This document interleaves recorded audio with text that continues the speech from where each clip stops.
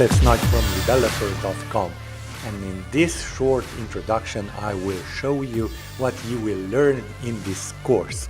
Well, as you know, this course is about setting up and launching your very own iMessage app with in-app purchases. What that means is that you can lock away some of your stickers. How cool is that? Okay, so let's talk about the table of contents of this course.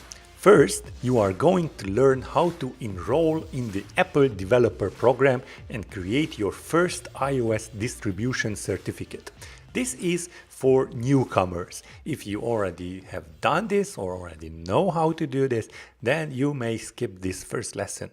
Okay, next up we are going to create and set up our bundle ID and register our very own device, your iPhone. Next up, we are going to download and install Xcode, and finally, take a look at our template iMessage app. Then we are going to run our Rebeloper store and take a look at how this iMessage app that I am giving you away is looking. And then you might get a rough idea what you want to build with it. Next, we are going to create our stickers, app icons, and some other images. Then we are going to create and add our in-app purchase ID. Most important part about in-app purchases. Next, we are going to upload our ready build to iTunes Connect. And then while it is processing, we are going to set everything that is left.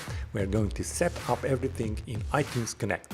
And finally, we are going to submit your app to the App Store. And that's it. 10 easy steps that you need to follow with Rebeloper messages.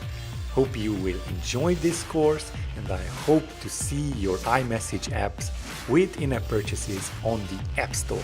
So let's dive in.